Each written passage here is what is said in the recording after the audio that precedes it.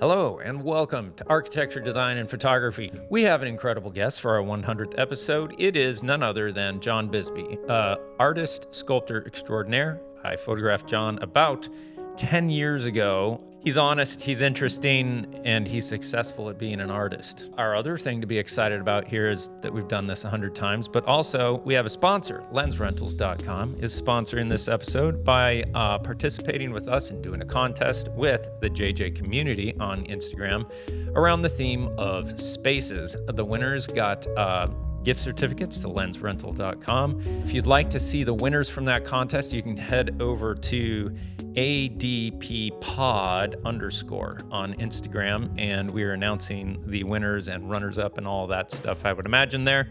Check it out. I think you'll appreciate it. And before I bore you to death, let's go to the conversation with John Bisbee. John Bisbee, welcome to Architecture, Design, and Photography. You are our 100th episode. I am honored and shocked. I am honored and shocked as well. We will be honored and shocked together. But the story of how we met, I shot your portrait probably, I'm just going to say 10 years ago. Yep. And it was a little bit more than that. The interesting thing around that, I had a creative pitch that I remember I pitched to you, and your immediate response was, no.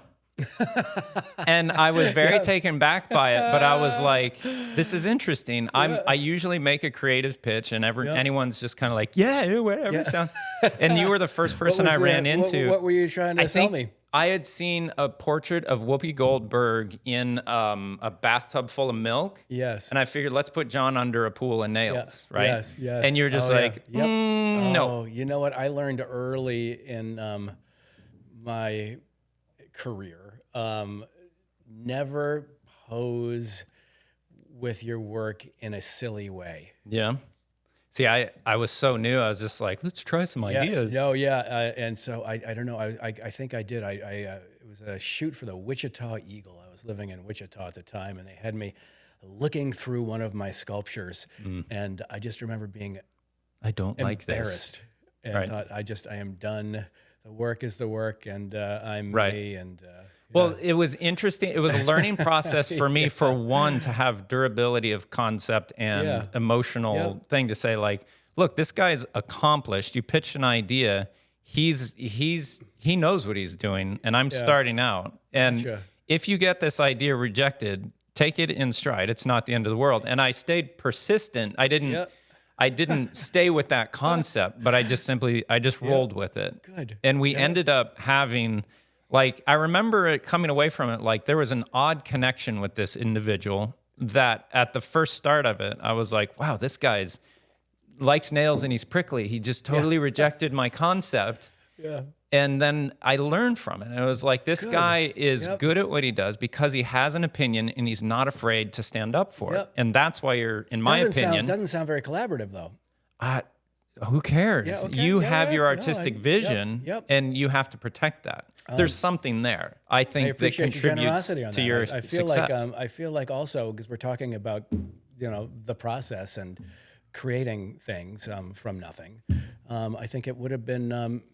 I should have maybe let you go with a yes and seen what happened. I learned a lot from the process regardless. And what the portrait we got of you, I really that liked. Was the one with the branded... Yeah, the branded plywood of all this stuff. I love that too. Yeah. Yes. To me, for me, it was one of my better portraits I've ever done. And I'm not a great portrait guy. Well, you are. You're the best. You take the best portraits of place. Right? No, I'll take that. I'm not going to deny that. That's your vision. I do enjoy doing that. I just haven't done as much of that in the last probably 5 years. I just got so pulled into architecture. What about architecture? All of my work is architectural photography these days. So portraits of place. Portraits of a place, Of a place. Yeah, but not as much portraits of people in place, which yours was, but yeah. Yeah. So I enjoy that process, but it is a very high intense creative act for a specific end result for a client. Yes, it is. Which is very different than the artistic process. Yes. So that's kind of one of my first questions. It's technically daunting too. I mean, Yeah. it really is. It's a science. And it's dance for me, monkey boy, today. Yes, And if you yes. don't land, Yep. if you don't stick the landing today, we may never use you again, and your career's over, and you get a job in a cubicle. Yep. Every day. Wow. That's to me. They would text you that in the morning. Yep. Yep. When you arrive, know Jesus, that. yep. No, but you get what I'm saying. Yeah. I think. Have you done work for commercial aspects that had that to it? Yeah. I mean, there's very rarely did I take commissions. So it's always been It's always been- self-generated. yes. It's what do I want to see, and then what do I want to invest, 8 months making for me. And then hopefully Right. that work will find the right home. So I'd like to know before we have like 8 to 12 really good questions, but before we get there, I'd like to know your trajectory from I sense that I'm an artist and I Yep. want to live that way, Yep. but oh my goodness, how can you make a living out as an artist, to feeling like I might be making it to Yep. making it. And then to go even more contemporaneously to not making it again. I haven't, I don't think you know this, I haven't welded in 5 years. Really? Yeah. What's going on? I'm a songwriter. Really? I thought about bringing a harmonica and a guitar because I remember I have when we one and a guitar. photographed you, Yeah. you had your guitar with you and you had just gotten back from Hawaii, I think. Probably, yeah. Yeah. No, you were like Yes. almost off the plane, I think. Yes, I think I probably was. Yeah. Yes, and I bought a $60 guitar there. Okay. So have you just shifted lanes into that or? Yeah, I mean, it's all I do. I haven't really left the house since the pandemic. Well, I'm honored I keep staring at your camera. I keep forgetting it's there. out there. So it's been, it's still art. It's still me. It's still a daily driving practice. Interesting. But it couldn't be more other, but also totally the same. I mean, you write a song and you're just like, it's just like making a sculpture. You're polishing little bits and trying to get them to fit together. You're not really sure what's going to happen. And then, you're there. See, I used to write music Yeah. and I performed at like probably 10 to 15 open mics at bars Yeah. with a friend of mine. Yeah. And, Originals? Yeah. Yeah. Not good. Yep. Not good. Yeah. But, Sounds like my trajectory. which is interesting. There's a segue in this, but yeah, I used to do that, and it's hard for me to.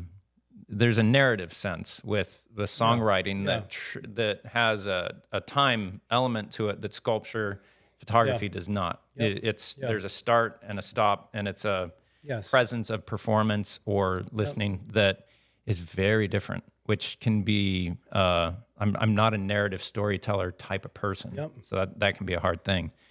You're a master capturer. Yeah, I'm a very, very short storyteller. Yes, right? well, that's In what a single photograph is, I frame. suppose. I like that. Yeah. Very, very short story. Yeah. Or, no, I'm going to take that back. Great photography is actually a sort of infinitely long story. That a great photograph implies the before and obviously captures the now, but it also imbues, hopefully, some sort of future narrative or opportunity. This is the segue that I was talking about. That okay, so you have become extremely well known as a sculptor, but your work is amazing. Okay, so for people who don't know his work, it is visceral, and you use primarily nails. Only my motto for 35 years, which is why I think I can take a break, was only nails, always different. So I could only use a nail, and I could never repeat myself. Was there a reason you chose to limit yourself? No, I never thought when I was a younger person that I'd still have a handful of nails 35 years later. So it's just one of those things that, it's like a line. It's like a pencil line. Mm-hmm. How do you run out of things to draw? You can't. Right, but you accept that graphite is your medium. Well, I accepted that the nail was a line. Yeah. And that what can't you do with a line? So it really, I like to say that, you think you do one thing with one thing and you kind of cone in on your options. You kind of run out of places to go, but it's an explosive volcano the other way. Right. It's actually, you have too many options. You've seen too much. So it's hard to pick. So how did you get to the point of limiting yourself to a certain thing, or even knowing that that it was a total organic evolution. I just kept seeing better and better things to do with this simple, ubiquitous material that everybody had a relationship with. So I sort of that was my crutch. I cheated by using something that everybody. That's not a cheat. Well, I know, but in some ways, but it's everybody. It was a gateway for every single viewer to instantly recognize. You're using a common element that they can relate to, exactly, but transform it into a totally different meaning. Transmogrify it infinitely. Yeah. Yep. Now, are you still teaching as well? No, I graduated about 6 years ago. People are like, "Oh, you retired?" No, fuck you. I graduated. Profanity. I'm sorry, guys. No. This is there's no FAA here. I don't think. Wait, not what is it? Federal Aviation Administration. Yeah, they're not coming. What is it? FCC. Yeah. FBB. Okay, so John's sculptures. I remember there's like a ball made out of massive nails, and it just has this visceral feeling of expanding out toward you. Or the one that has like structure and order, and then part of it descends into like chaos throughout. And there's a deeper connection to experiential things turning into visual things that I think is that well lubricated perception from the known to the unknown that creates the emotional state that art gives people, that I think is what happens in your art and why it's received like it is. I don't know. I love that.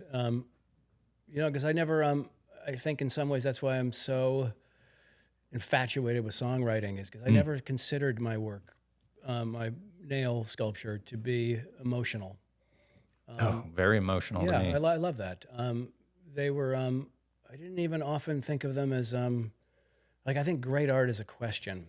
And I was always disappointed in myself that I wasn't asking questions persistently. They were more strange answers to a question that you weren't really sure what the question was in a way. I don't know. They were non-objective, always abstract until the very end. My final show, which kind of put a cap in it for me, I started making photorealistic objects out of the nails, like really realistic stuff. Oh, wow. I was never political. The show was called American Steel, STEAL, and it was about Donald Trump. But the museum didn't let me put an A in it. They made me put 2 E's because they thought it was too controversial. I knew he was going to try to steal the election. So the whole show was about Donald Trump in America. And it was all, and I used text for the first time in my life. I hate text in art. I hate humor in art. I made jokes out of this stuff. I hate political stances in art.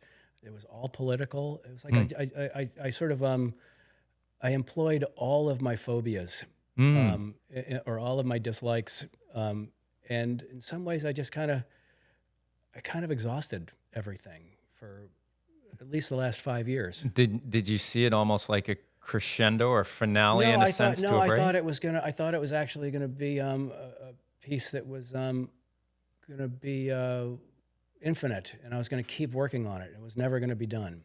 I had actually the opposite vision for it, that this was my new journey with the nail, but in this totally different context. And then the pandemic came, and I'd always worked on deadlines. I'd have a show somewhere. Someone would be like, "We love your stuff. Come have a show," and having that in front of me was always. I worked for the opening. That cattle prod. Totally. Yeah. It was my ego. I was like, "Oh, this has got to fucking be awesome. I've only got a year and a half. Better get going." How much utility is in that, though? Like, that's real and good. Yeah. Oh, it's great. Oh, it's great. Totally. Listen, ego is the most important tool in any of our boxes, right? I've done so much better in losing it to a large degree, though. I have? I have Good. in personal relationships. Yes. Well, that's a different kind of ego. Yeah. I'm talking about aspiration for the work. So this kind of leads into, so how would you describe your art to someone who hasn't seen it? Very simple. I take disagree. I take very simple, repetitive, welded gestures out of nails, and I assemble them into much larger wholes. My other crutch is that I worked really hard, and so every piece has got that. It was undeniable that this thing had been committed to at a very high level. So I cheated by spending a lot of time on these pieces, and I think that's and so you automatically, if someone saw my work for the first time, they'd think, one person did this. This is crazy. That it is so interesting to me, though, that I've seen so much sculptural art and none of it has connected with me. Your art, like, is a visceral connection, like a very, very visceral. Thank you, Trent. And it's similar to a piece that they had in the what's the Modern Art Museum in Boston? MFA. My wife and I went through that, and someone had essentially like a charcoal campfire that had exploded, but they suspended the whole thing with those filaments. Yes, it's that's a great artist, English artist. What's her name? It's I have the great Emily Stark-Menig, my partner here in the studio. It's with a P. It starts with a P. Although I said my tongue, but she's great. It's a great piece. As soon as we cut it, it'll come back to you. It's a great piece. Yeah, well, my wife, who both her and I are not that well versed in artists and their work, and for her, interacting with that was like, whoa, this is amazing. Yeah. And she's not a huge appreciator of Pamela, art. Patricia, Pamela. I've even seen her speak, and she's incredible. Yeah. Can you look on your phone? We can say her name. We'll get back to that. Yep.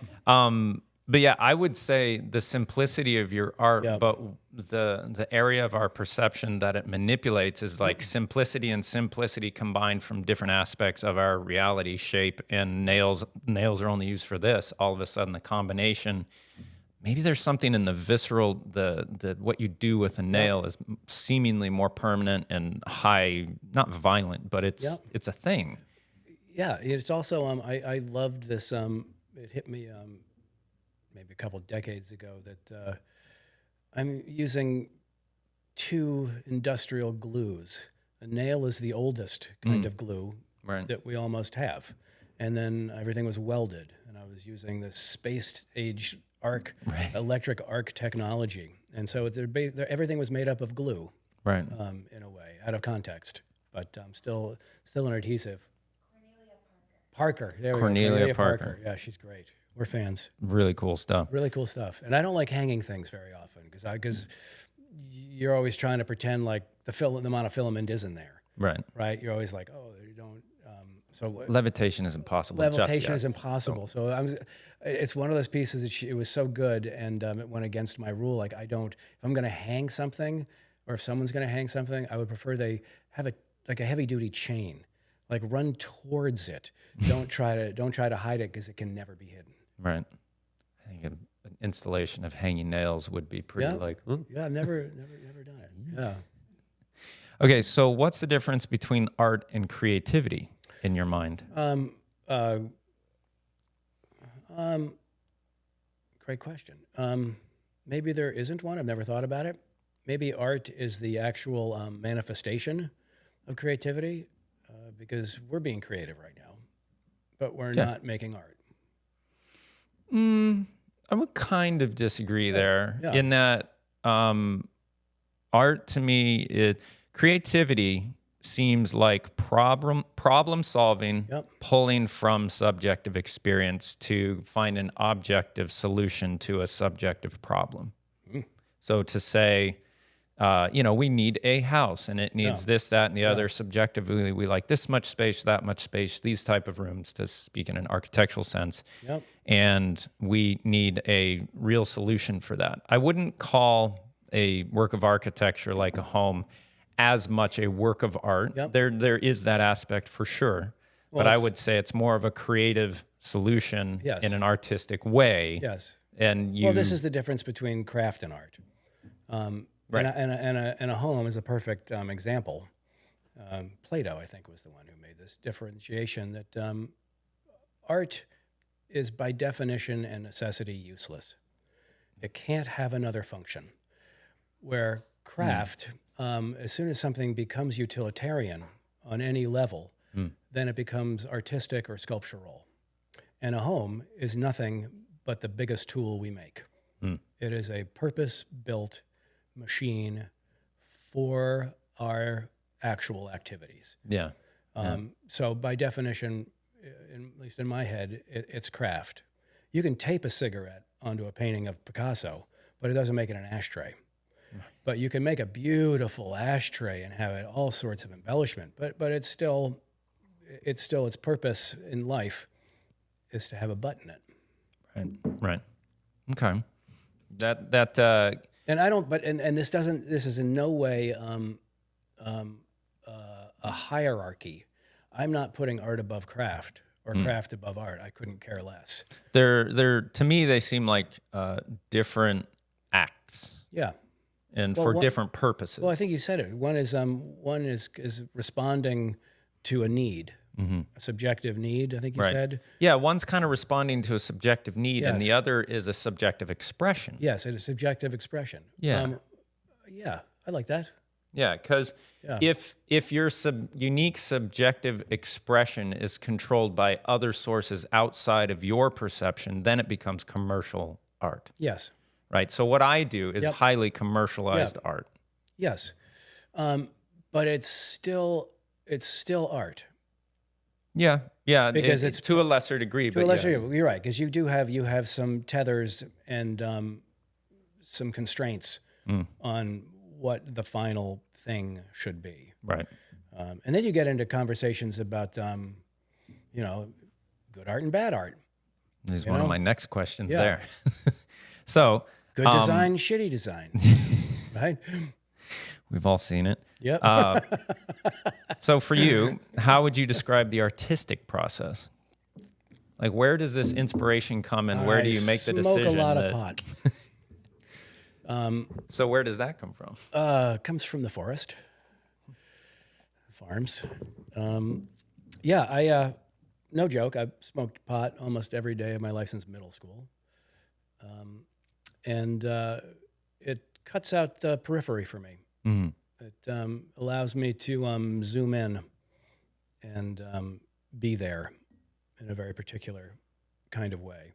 And it also allowed me to numb myself when I would have to stand for 12 hours, 7 days a week, doing the same repetitive weld ad nauseum. Right. No, there's one of the comments that you had made when I photographed you, close to a decade ago. Was like, I was looking at your work and noting how tedious it looks to have to totally. do this huge amount. I was like, how do you stay Yeah. on task and get these done? It's like, I smoke a lot. I smoke a lot of pot, man. I'm an old stoner. Like, oh, Emily is always surprised I still have a brain that is semi-functional. So my process is, again, it's been 5 years, and I'm trying to think if it's the same as trying to write a song. I think it is, because I will spend, unfortunately, Emily has to deal with this too, because the studio is now my home, that I will just keep pounding out the same song for a month, all day long, making very minute, almost imperceptible adjustments that Do you I record? understand. or do you only perform for yourself? I have a recording thing that I use as a writing instrument. I have 4 albums out under the name Bright Common, the kind of nails I used to use. Oh, yeah. And I'm working on my first John Bisbee album right now, which hopefully I'll record this month.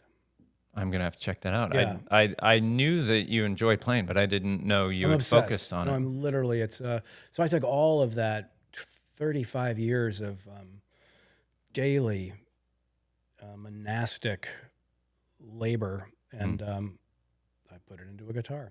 Now, transferring from a creative, artistic outlet where you've been well received Yeah. to now another medium. People are like, "Are you okay? Right. What's going on?" So my studio manager, Tim, I started doing that with our Instagram account. Yep. Like exploring things more so.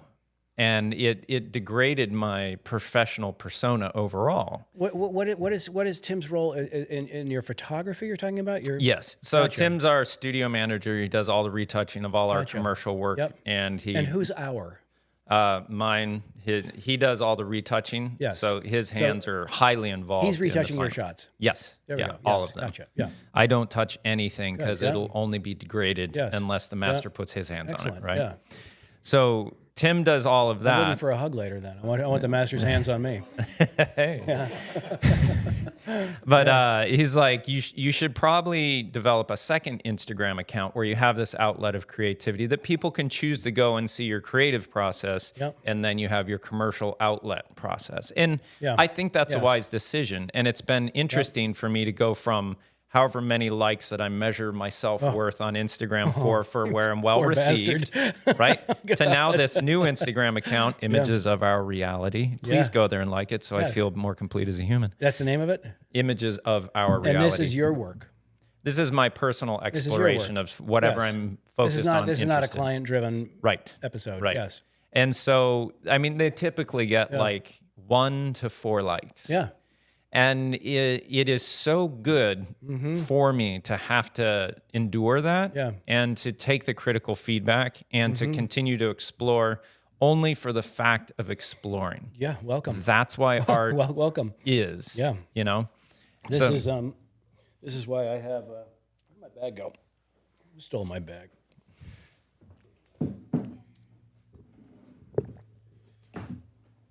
This is why this is as deep as I go.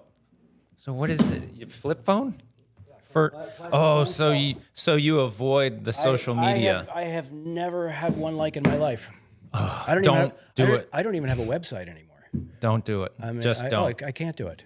So we need to talk about too late for AI me. eventually here too, totally. which is scary. I'm obsessed. All right, so let's get through the really good questions that we have. Yeah. Okay, so artistic process for you, lots But of hold pod. on, I want to just land on that for another second, if we could. This notion of, and this is the AR conversation is going to be dark too, but this notion of likes is crippling hard. and debilitating. And But why isn't it as good as someone giving you in-person feedback on your art? because you're competing with strangers who are lying to you about themselves. You're competing with a ghost in a way, and it's not about a like, it's about a competition. Right. It's not about just some wonderful affirmation from someone you respect. It's a clamoring for fucking thumbs ups and likes like they're dollars. And it's riding the populace like a dopamine high. It's right. It is 100% an addiction, and it's and the lowest, the most banal shit wins. Oh yeah. You know what I mean? If you It's can like, be so more absurd, if you it's get more if you get 1 million likes, something's gone wrong. paid for too many Russian bots to like your stuff. And It's really it's a darkness. Yeah. And I think people are finally beginning to realize that their phones have hijacked their lives. it's just so sad to see It's so everyone sad. just like this. It's And it's you and I crazy. are old enough to remember we've come through a time where you used to have anonymity. Yeah. And not be concerned. Like you're still able to be there with a flip I've- phone, but you yeah. can watch it going on around you. Yeah. I'm probably maybe 5 to 10 years younger than you. How old are you? I'm 59. 15. Yeah. So I'm just about 11 years younger than you. Like my trajectory as a commercial photographer was tied with social media. You can't opt out. No, not now. No, you can't. So I have to find a way to continue to be involved, but allow a artistic interaction that is. So on every post now, I hit the hide likes button, so I don't go back and judge myself on that. Yes. I'm putting it out Are you there. actively pumping other people's numbers up? I should probably, when I see something that really affects me, I'll like it. Yep. Like I would anywhere else. Like if I saw a work of art and I could tell the artist, I'll do good. that. Yes. Yeah. But no, I don't scroll through and like. I just don't do that. So Hey guys, hanging out with Trent and Tim here in the studio. Having a great time. Smash that like button. We love you guys. Hit subscribe, the bell, it's down here somewhere. And Anyway, thanks for stopping by. Oh, go fuck yourself. I told you it would be interesting. We'll get there. Yeah, so the social media thing it is a new monster of our own creation. Yeah. And we are falling prey to our own desires. And it's not about our desires. It's about our insecurities. We are falling prey to our insecurities. Desire is long gone. These aren't desires anymore. It's like people are frantically trying to prop up their own sort of identity. Identity, self-worth. Self-worth. Everything is wrapped up in how many followers do you have? It's really I just can't believe that everybody's fallen for it, and because it is the death of creativity in a way. Because creativity is failure, is risk. Yeah. If you're not failing frequently, you're really not doing. You're never going to do anything very interesting. Right. Ever. This is so funny. So much of what you're saying are the realizations that I have that I share with other people, and they scratch their head most of the time. Are like, "What are you talking about?" Well, like failing is important. Yeah. And they're like, what? Yeah. What? Yeah. Here in my cubicle, like I can't fail. That's bad. Yeah. And That's it's true. like you're not getting it. Yeah. Well, if you're in a cubicle, you're not supposed to fail. Yeah.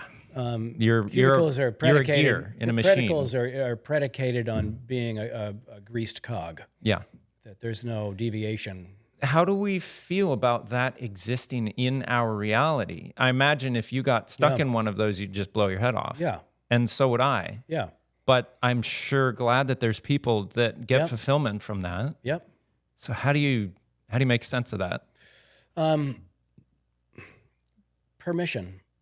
I think somehow, Trent, we were given a level of permission from probably first and foremost our family, and maybe from others, or more importantly from ourselves. And it's also it helps a lot not to have a plan B, right? Like I couldn't do anything else. Like I wasn't gonna. Right. There was no. And for you too. I mean, so I wasn't as brave. Yep. I intentionally had more. I am admittedly a commercial artist. But this is brave. I think you're that brave. Well, I don't know. I enjoy this way too much for it to be scary. Yeah, but I think but listen. I don't think enjoyment or passion discounts quality or meaning or importance. But I think what you're doing is you're grappling with important shit. Oh, I love it. That is well, like even if it's fun, that's what people say. You're so brave to do that, and I was like, I think you're fucking brave to sit in a cubicle. Right. When I was teaching for 20-something years at Bowdoin, these kids would be like, I was like, you're an artist, and Sadie would say, I want to be an artist, but it's too scary. And I said, no, Sadie. True fear is going to get a job you don't love for the rest of your life. Did you ever have jobs that you hated and had to stay at? Yeah. I didn't have to stay at very long, but what was the worst job you ever had? I worked in a bagel factory. Ooh. Yeah. I worked in a pallet factory. A pallet factory. Pallet factory, like making basically that. Wow. Yeah. It was in Virginia in the Shenandoah Valley. No windows. Oh yeah. And running forklifts inside. Yeah. Oh God. There was a sawmill on one end. Breathe deep. Oh yeah, and all the smell from that sawn wood. Oh yeah. Like not a good wood smell. No. It was a weird kind of punky. Oh yeah. And there was a woman. What'll fuck your lungs up? Yeah, it's weird. Yeah. I didn't do it for too. I had in above my bed. I had cut out images from a surf magazine that I taped to the ceiling. So when the alarm went off at 5 a.m., I knew why I was getting out of bed and going to the pallet factory, because I wanted to live at the beach in the summer, work at the restaurant at night, surf during the day. And that thing would go off, and I'd have to get up and walk across a pitch dark campus with the smell of chicken poop in Virginia, and get on a bus at like 5:30 a.m. for a teenager is like, oh my God. And go work for like 6 hours, 4 hours, whatever it was. with people that had worked there for 30 years. 30 years. Yeah. This woman, she was wiry, strong, and probably 65. Yep. And she had like the big fiberglass hammer. And she, like, well, I can't use the other ones because I break them. This woman, there was a guy there who shot a nail into his femur, pulled it out with pliers, and kept working. Yeah. These were the legends of. Oh, yeah.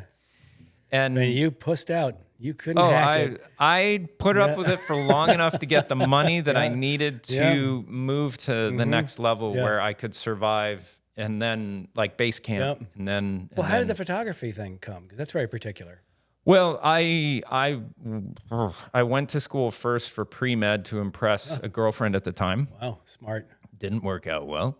Then I went and surfed for 2 years in the Marshall Islands and taught high school.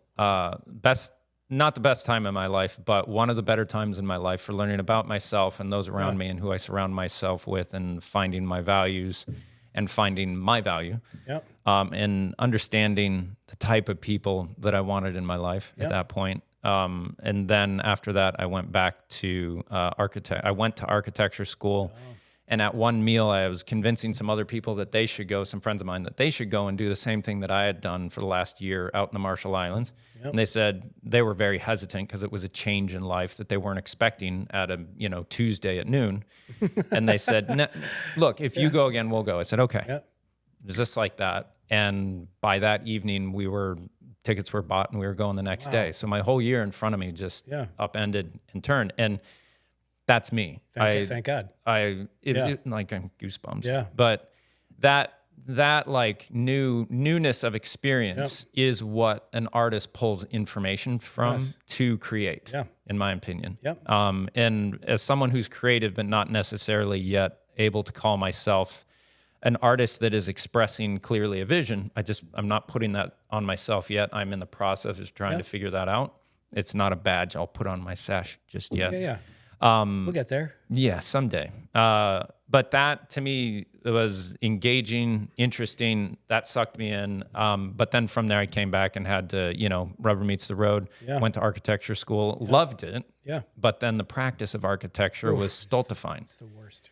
Yeah, it was really, really difficult. The worst. My friend Caleb, who you did his cabinets. Caleb's amazing. It's so funny because Caleb Johnson is a one-man hydra. He's a triple-headed hydra. He's my brother, man. Yeah, I know you guys are tight. Yeah, and he's an impressive dude. Yes, he is highly, highly artistic. Yes, he is. Not just creative. He's a unique beast for an architect because he's not just an architect. He's a maverick businessman.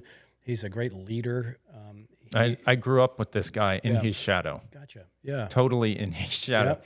But he was the friend that I always looked up to. Like if I could just get it together enough like Caleb. But I'm not of the same personality. We're not. No, we're never going to get there. He calls himself a stress donkey. Yeah, he can handle it. He can handle it. And I've got to think he's going to die before me, but no, he seems quite chill. I actually talked to him the other day.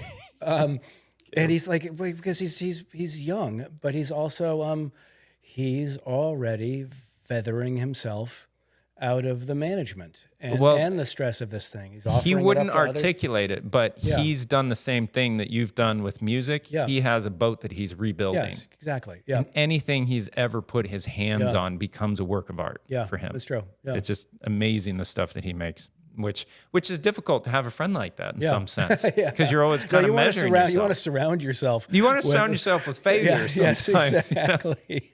Boy, am I better than you. Yeah. But yeah, it was good. He was a good influence as a kid growing up. Well, because he's aspirational. Very. So it sort of forced you to also be, just to keep up. I learned a lot from him. So there's no doubt about that. Has he done one of these?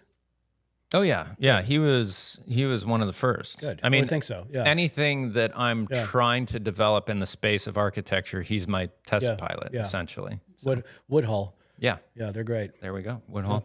Maybe they'd like to sponsor. Scott Stewart is his chief cabinet maker over at Fort Andros, and a dear friend. Yeah, I haven't met him. Yeah, wonderful. But he also bought a whole encyclopedic. shop and Yeah, no, incredible. Yeah. Yeah, He turns Caleb's visions into things. Yeah, like an amazing craftsman and the things they make. What they're doing down there, and they're always, I mean, it is as close to art in cabinetry and the entire design, because they are always pushing. Well, he insists that at every level of construction, this should be a work of art, essentially. Yes, exactly. Just And also they don't repeat themselves.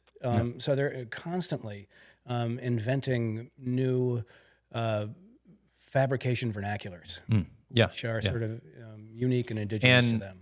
Totally cast away. No one will ever see it. No one will ever know about it. We still do it. Oh yeah, totally. Like no nail. The only nails in his cabinets are the ones that you put on the side. 100%. That I never even thought about. It's all joinery. How intentional was that? I loved it when he asked me to do that. Yeah, I'd made some panels for a beautiful cabinet.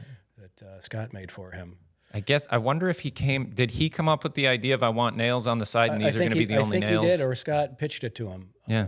It was actually one of the last things I did. Maybe it wasn't the last thing I did. It would have only been about 5 years ago, so maybe. It was about then. Yeah. Well, maybe the value of those cabinets just went through the roof. Sure. Or the bottom dropped out. Right. It's tough to know. Okay, so what role does art serve in society? Great question. I think it's an important role. I don't, and people are always surprised by this. I am not an art fan. Like I don't do this because I love art. I do this, or I did it, because I was compelled to. Mm-hmm. And I just think of myself as I'm in the discovery game. I don't care what field it's in. I just want to learn something. Yeah. I want to challenge myself and learn something. So, what role does art serve in society? Well, I think it's an alternate permission slip. If it's great, it transports people to have a sort of a prismatic view of something they always took for granted, and they're seeing it from the side now. Right. And it creates a relative perspective in a sense. Their relationship to things that they thought they knew shifts perceptibly. Right. And increases their scope of view in a sense. 100%. Right. It's a vista. Right. If it's great art that you didn't know was in front of you. It's a little like mushrooms. Right. When you eat mushrooms, you can see scrolling geometric patterns that are always there. How much did your interaction with that affect the creation of that piece that I was talking about earlier that's on the background in your studio that has that almost fractal pattern turning into more of a chaos entering it on the left? Nothing ever. I eat mushrooms a couple times a year for my adult life, and I never get anything concrete out of it. It's just they're typically not of that nature. They're what? They're typically not of that nature. Well, but they're incredibly specific. I mean, these trips are incredibly specific. Okay. The visuals are incredibly specific, so they are. Interesting. But what it's just that little tap on the shoulder reminding me that that there is and there are truly infinite realms. So you're a believer in a multiverse situation more so? Well, I don't. I mean, there's going to be one universe? I mean, I spend a lot of time when I can't sleep thinking, what's outside the universe? Because you know about inflation. The inflation theory of the universe? Yes, yeah. Yeah, kind of a bubble on a balloon, essentially. Kind of. Well, just that they can't figure out the universe is much too big, like infinitely bigger than it would be if it was just expanding at the speed of light, right? Yep. So light can only travel at a maximum speed through space. But when the universe was exploding, as I understand it, it was traveling through this other stuff, and light could go 1 million times faster. Whoa. So I always wonder what that other stuff is. And why would there only be one? I mean, it's like people who don't believe in alien intelligence out there. Yeah, if there isn't, something's that's scary thought. How could that be possible? Yeah. Trillions of galaxies out there with billions of stars in them, all with the same stuff we have here. Right. are they contemporaneous? Like it was like, are they overlapping? Probably not, because we're going to fuck this place up in 100 years. Well, there's some interesting theories on that. The one, we are in a very unique area of the universe to where it's like not cloudy enough in a sense, in a galactic whatever sense, that we can actually see out from where we're at. Over time, that light, the stars will leave our ability to see them as the expansion. Our area in the universe is fairly clear, so we can perceive out. Over time, we'll lose the ability to see. There's a lot of unique things about where we're at. We're talking about months from now. We've got a couple weeks. And billions. But then there's also the idea of like, all right, there is other life out there and we're too minuscule for it to even care. We're like, essentially an uninteresting gnat. Or aliens are here and we just don't perceive them as much as an ant does not perceive the human standing right next to the thing. Or that we're in this very, very perfect part of the universe currently that just was calm enough for long enough for life to evolve, and that in all areas of the universe, it's just not common. There's all these different theories, but there's no real, undeniable, absolute empirical evidence of aliens yet. But it seems like it would be absurd to think that there wouldn't be, given what we know about what's beyond us. So, well, you'd have. I mean, I think it'd be impossible that would have a disembodied alien intelligence. I mean, the way that intelligence functions is through interacting with your environment over time, and then you develop and grow that way. So I think that also this technology thing, that technology is exponential and uncontrollable. So again, in 100 years, we have invented the ability to communicate and beam out all this stuff and to start traveling to all these distant realms. But it's that same technology which is going to immediately take us down. We literally can't control it. Yeah, and maybe this is a good time to enter into the AI conversation and what it does to creativity and what it does to art. Yeah, what does it do? So, tough stuff. So in one sense, it could be like an astronaut doing a spacewalk that tethers to the space shuttle and all of the life support systems as the astronaut goes and does some work. As I move into like, all right, this creative process, feed me some ideas about the philosophy of this, and maybe that translates into visuals of this. And we could think of it as an assistant. That's one hope. That would be kind of the best possible outcome. A more scary one is that somehow we're creating essentially a god that we feed that could produce society into enough of a system to where we're all essentially just YouTube stars feathering information back and forth that channels into supporting the all-knowing AI, and we all benefit from ease of life and just sharing what we're into recently, and then that becomes a thing. Are we in a cubicle? Yeah, kind of at that point, right? Yeah. You know? Sounds like it. Yeah. If everyone's able to do the same thing and is doing the same thing, do we just immediately blow that all up? I mean, who is it that has that quote that is like, if you just allow them to be at peace and only be concerned with propagation of the species and enjoyment of the day-to-day life, the first thing humans would do is blow it all up. Yeah. You know, and that's that sense of if everything's too easy and too safe, something's not right. Yeah. And I just started getting interested in riding motorcycles on ATV trails. I've never really been into it before, but I've realized that here's a dangerous thing that I can start to do carefully that teaches me about myself and how I approach the limit of excitement, but pulling back from that too much before I hurt myself. And I'm choosing to engage my sons and my wife in that as well, because I sense a danger and too much safety. And not knowing about yourself through that desire, risk, failure cycle, kind of like you were talking about before. Wild. Which scares me when I think about it, because I don't want to see my wife hit by a car lying on the road, or my sons are on a train. But at the same time, that option is always out there, and two little boys are going to be like, dirt bikes, you know, they're going to be into it. And if how old are the kids? 14 and 12 currently. Such a fun time. Speaking of bravery. Yeah. Yeah. But it is so, I'm like a shop teacher in the afternoons now. You Like, must- all you right, we're must be. working on yeah. That's Yeah. amazing. Yeah. Oh, it's so fun. I'm just loving it. But yeah, it's just, I'm hammering home like all the safety. Like, Yeah. look, this is dangerous. I get it. Yeah. We don't need to do this. Yep. We're not in a country where our only form of transportation is this and everyone risks their life are to go to the choices. grocery store. What's that? These are choices. These are choices to engage in and choose while Yep. knowing this is Yep. dangerous. Yep. Let's be careful. Are your kids, do they have those shitty No. little phones? No, my wife, their kids are homeschooled. Wife is a very, very strong fundamentalist Christian type. Really? Does not allow any of that Yep. kind of stuff into their life. I am not as much the fundamentalist Christian type at all.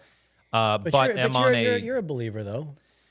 Well, since we talked last Yeah. 12, 10 years ago, I have gone on quite a journey of losing faith and trying to come to a place of understanding how to handle it and move forward towards some type of belief. Yep. Which is a question I'd love to hear from you because I doubt you're an atheist.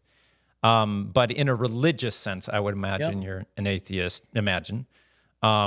But I can't imagine that you don't believe that there's some kind of cause for this whole existence outside of what we can perceive. But that's kind of a further conversation as well. Where do you see AI currently in all this, and what's your thought on it?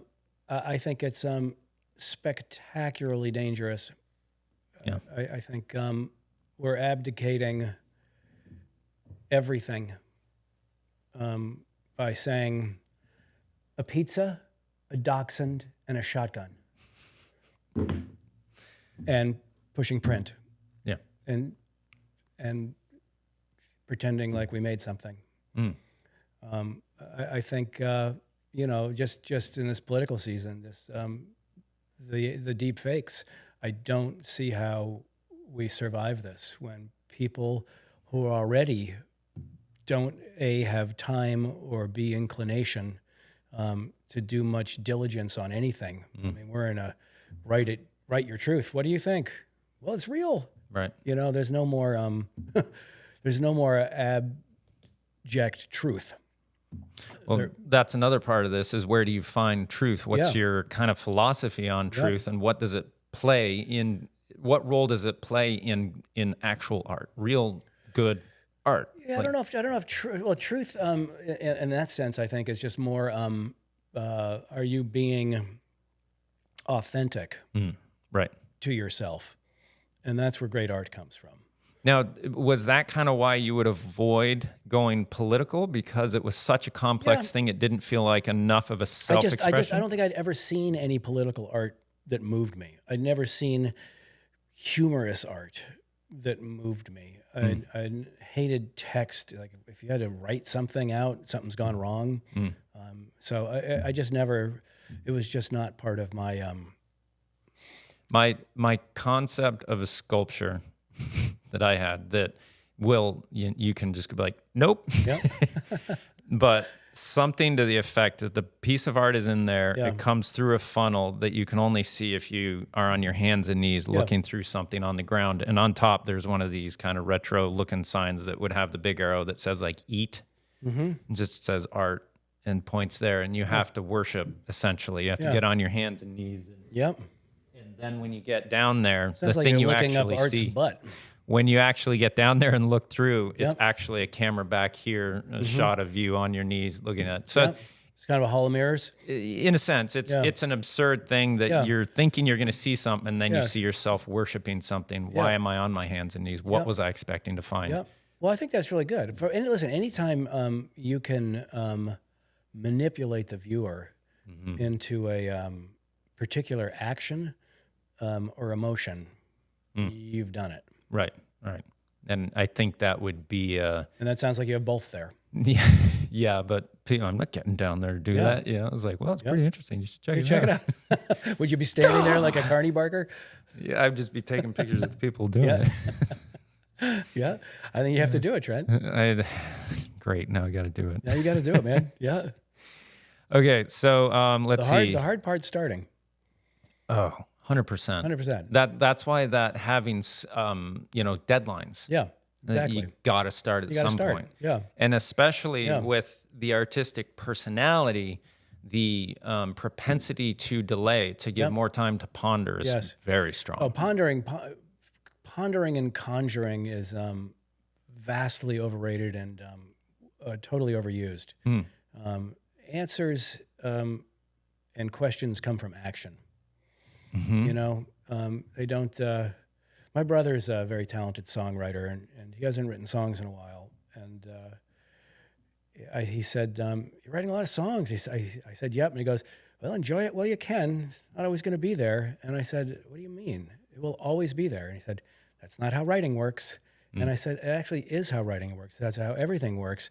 If you don't stop and think, and you just keep moving, something always happens." And so I don't wait. I've never waited for inspiration. You just hammer it. I just start going like nails. and I wait for something to show itself. So you show up every day and wait I show for up the every day. muse. I work all the time. Yeah. The last couple of years, I've been making big paintings too, which is really fun because I have America's greatest painter, Emily Stark-Menig, in the same building as me and home. And so she's been teaching me how to make paintings. So I've been sporadically making giant paintings too, which is fun. And the nice thing about painting is I know nothing. Right. Like nothing. I don't even draw. So there's an emotional return more so probably than in the sculpting nails process. Totally. And it's what I've always missed or lacked in the nails was this call and response that I always romanticized a painter, you know, where they make a mark and the whole thing changes and they have to respond to that. And they make another mark and now where are we? We have to respond to that. And so, and that's really what painting is. You just, you're always in a call and response where you're trying to figure out what these marks mean and when are you done. But with the nails, I figure out kind of what I'm doing through tinkering, and then I'd have to do it. Right. You know, and then I would literally stand there. And so I never had that kind of aha moment, except for, shit, I actually made that thing. Right. And with painting and songwriting, I think are very similar because you don't really know where you're going until you get there. Songwriting and music in general to me is like, as I said earlier, with my loss of faith, I've come to a place of what I believe. Get back to that. Yeah. Well, what I believe now is that they're at the fundamental base of reality, the most I'll allow myself at this point to believe while being respectful of what is, and the deepest sense of respect is that my concept of God, I need to keep at arm's length beyond the idea of truth and love. Okay, so those are independent? Truth and love, if either is independent of the other, is catastrophic. Independent of God or independent of each other? Each other. Yep. God is the combination of that. those. Yes. Okay. Still for you? Always. Good. It will never change. Well, that does not sound like you've lost your faith, son. Right. My literal faith that I grew up with is a different thing. That's a picture that I'm adjusting. That's a practice. Yes. Well. Or a system. You'd have to grow up in it to understand. What'd you grow up in? Seventh-day Adventism, which is like a pretty legit form of Christianity. Not by legit, I mean intense culture, tight culture. Only marry within the culture kind of thing. No, it's totally insular. Yes, right. Very insular, very seclusionary from the world and well, everything. they have the answers. Yes. There's very clear answers. And I think that's anti-God.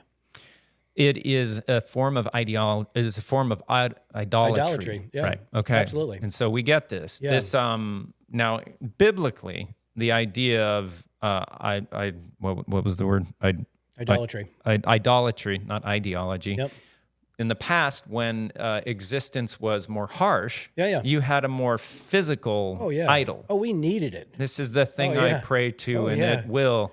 Now we realize there's nothing there. Yeah. We get that. Well, so instead of this, we have this version in our head, and we call that ideology and religion. Yep. We've made an indelibly fixed image of God in our mind, and lo and behold, it represents it, or it looks like us.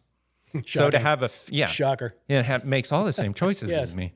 To fix indelibly in the mind the concept of the cause for everything is the deepest form of sacrilegious process that I could imagine for me. Yep. Now, for someone who's conscientious, that's deeply respectful to the idea of what God is. There's a huge difference between someone that has a mind like yours and I believe a mind like mine, in that God is present within experience. God is not handed to me through the truth of other people. No. I find God when I'm away from people. I cannot hear God within people. Yeah. That's very difficult because for me, socially, emotionally, I pick up far more static in the social interactions where I'm trying to make small talk. Oh yeah, we're confusing. Yeah. This kind of conversation, one-on-one, where Yeah. two people can be honest, I can get places. Yes. This is why I enjoy this kind of thing. But what was the start of this? I think it was a pizza, a dachshund, and a shotgun. print. Yeah. So this is where I find myself with belief. I keep the concept of God. If you say God to me, my brain translates the beneficial relationship between love and truth. And by love, I mean humans understand love as positive relationship. So I transfer that even deeper into just truth and relationship. There is no ability to define truth without relationship, and truth desires relationship to be known. So those together. Like truth has a desire. I like that. You anthropomorphized. You two can answer this for me. Yeah. Because I imagine you two are pretty self-aware and can be honest and are at an age where you're beyond the concern of cancel culture, as well as myself. I wouldn't know if I'd been canceled. I have a flip phone. Great. Isn't that great? So let's think evolutionarily. Yeah. Let's imagine 5,000 years ago. I'd love your opinion on this too. Men want women. Women need men to a 60-40 split. And I'm not saying that women don't want men, and I'm not saying that men don't need women. Men need women, and women need men. But to a 60-40 split, it's much more likely, like you'll see these memes on social media. You won't, but I won't. Normal people will, right? I don't think I've ever seen a meme. Cursed normal people. Yeah. Like the people will post the thing that says, every time I start to change in the bathroom, my husband, and then they'll show like a dog that's just like, what are you doing? A woman doesn't have the same thing to be like, as soon as she hears her husband or anyone disrobing, it's like, I gotta be, Yeah. There's just this different thing that is this cycle of like a two-stroker I can only cycle shower engine. when Emily's out of the house. This is too much. It's too breaking much. down the door, right? But there's this evolutionarily, if you go back 5,000 years. They're different imperatives. Yes, and they work together in a traditional sense. Yes. Now we're coming to a point in time where everything is safe enough to where even what women look for in a man, and we're talking, just stereotypically here in First of all, generalization. I think in this day and age, it's racist to use the terms men and women. Racist, yeah. Well, I'll just do it. You don't need the safety and protection of the physical strength of a man anymore. Yeah. So the idea of the value of a man is currently under review. Yeah. It's different, It is. Yeah. And that's fine. Things change. Yep. But our lizard brains don't. Not quick, that's for quick. sure. So that's the thing that I start to interact with is that if we mess with this too quickly, it could go catastrophic. Just like too much AI too quickly. Yeah. And maybe we need to stretch out AI over 1,000 years, but that'll never happen That'll never because happen. So sensing the truth of our existence over thousands of years isn't something to too quickly dismiss, is all I would say. Oh, no. But I am open to change, and I accept that there's like this idea of a masculine trait is to find something and stick to it no matter the difficulty, hammer it out. Like you dedicated yourself to. And I'm more feminine in my traits in that I enter into relationship as a means of telling me what's true. That is a more feminine disposition of learning and knowing more. Interestingly, the Bible at the beginning frames the entry of sin in a conservative viewpoint as a feminine or open sin with a conservative solution. And in the New Testament of the Bible, sin is actually framed as a conservative thing of pride that said, no, the Son of God in front of us, we don't need that. We have our laws. We'll crucify this dude. It was the sin of pride that the answer was love. And so it's also kind of like a trajectory over time, like you would do with a child, to where you'd say, you're young and you're looking for experience, but that's going to be dangerous. So here's some boundaries. Yep. But as you become an adult, those boundaries are going to fall away, and you're graduating with your character, and you have to then act in love within society rather than by the rules, because you're going to be old enough to break the rules if you choose. And so there's this cycle that I think is, I can feel it in that 60-40 kind of, even with my wife and I, that I could give you numerous examples of, I far more want my wife than she wants me, but there's more need and return in that sense. Mm-hmm. And it's through that experience that you learn about the nature of reality that's even present in us. And it's only by these 60-40 generalizations, it moves all over the place. Yeah. We have to admit that, and we have to accommodate that in this current society and where we're going. That's fine.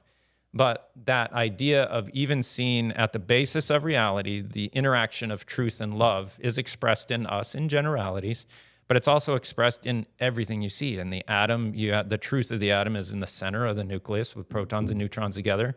But those electrons, they are everywhere and nowhere at once, all at the same time. They're the relationship. And are you saying that there is the adhesive there is also love?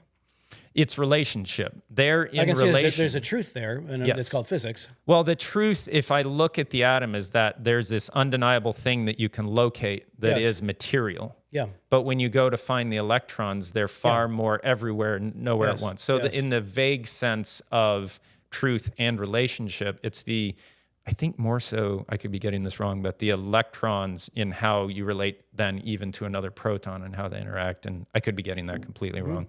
But this idea of truth and love, or truth and relationship, and how it permeates through everything, is where I would get the omnipresence of God, where I would get the all-knowing. And in knowing anything, you can break it down to what's the truth in this, and the relationship in that, and that ability to interact with that. If I were to make a statement on faith where I'm at, that's currently where I would kind of hang it. And in that, I'm trying to work towards understanding, where do I jump off from a materialist perspective to say this is what I believe might actually be out there. And when it comes to making choices that would be influenced by what I believe to be out there, with what degree of quality of evidence do I make those assumptions? It's a very self-critical or critical realism. Well, you're deep in the weeds. Very deep in the weeds. Yeah. I was born in this. My dad was a pastor, so it's something that I take seriously, but I also see the artistic process expressed in it. Well, you could see any process expressed in it, I suppose. Yeah. Okay. It's fascinating. This is more than I've thought about this in some time. I think I am an atheist. I just think it's narcissistic folly to believe that somehow that we, who've only been around for 200,000 years on this 1.4 billion year old planet, are separate and distinct and chosen. We live with animals, and I am just always shocked at these headlines, and sometimes in the New York Times, orangutans found to use herbal medicines on wounds. Yeah. And there's people are shocked that animals have an intelligent life, let alone an emotional life, let alone a spiritual life. So we're just so full of ourselves that we really, I would believe in God if God was also a pigeon or a squirrel. I can't. We are not his best work if we are his final project. Well, the thing I would say is the representation of humans when they self-focus is the worst representation. Yeah. The representation of a human that is looking outside themselves for the truth that creates the most symbiotic and balanced relationship of all But between. that doesn't take God. It takes I do truth that and all love. and that's and I love that. That is truth. Yeah. But it takes truth and love, or Yes. truth and Yeah, relationship. it does. And so as a yep. definition for Yep. God, I like would that. say that. I like that. And I can hold that at arm's length, and other people can say, well, there's a very clear thing responsible for that. Yep. We got to make that argument if you're going to have that, but I don't But currently again, allow that. we also have to pull back a little bit and realize that when we are doing our highest work, it is only for ourselves. It is actually always to the detriment of the environment, of the stuff around us. I mean, you can see us from space. We're again, 100 years. We are a geometric Expansion. plague on this planet, and it's we only do good stuff for us, and it's not sustainable. And so the truth is that we're a transitional moment, because this is what I was talking about earlier. Like, this is like, it's not distance about why we're never going to find life. It's that because the only time you can find life outside of us and other planets or galaxies or anything is when you have the technological ability to do that. But at the moment you achieve these things, you have all these other ancillary tools, nuclear weapons, and all this biotechnical or splicing genes. And I mean, it's not going to last.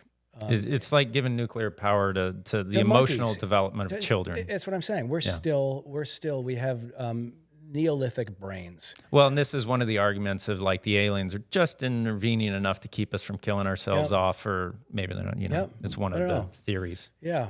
I just, I grew up in a deeply agnostic and secular atheist kind of environment. So it just never occurred to me that I would need something to give me shape and purpose.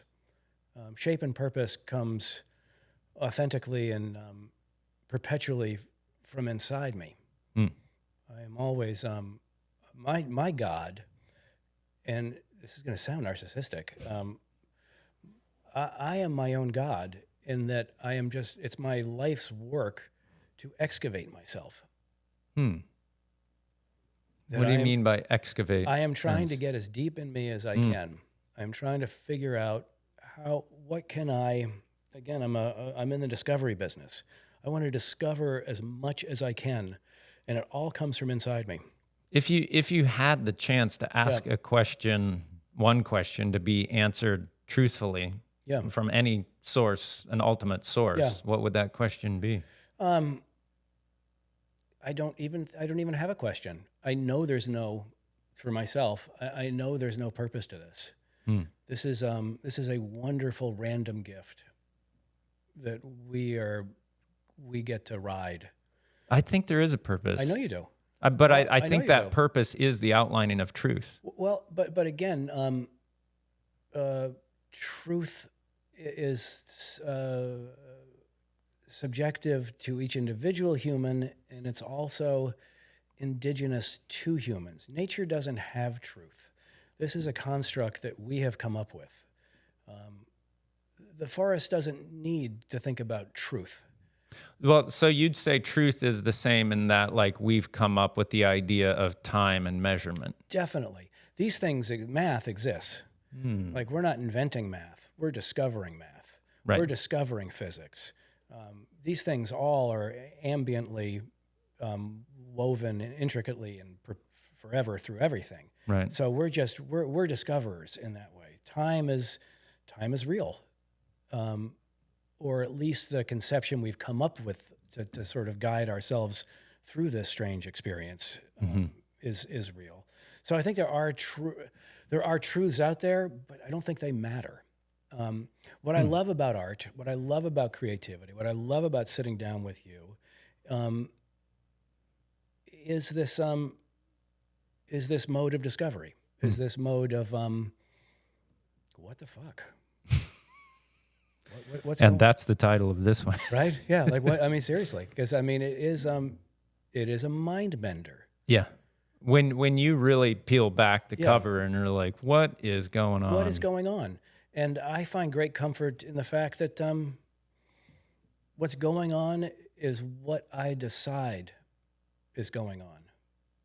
Yeah, there's very much the sense that that one perspective on truth could say that truth is outside of us, and I use my ability to relate consciousness to outline it. Yeah.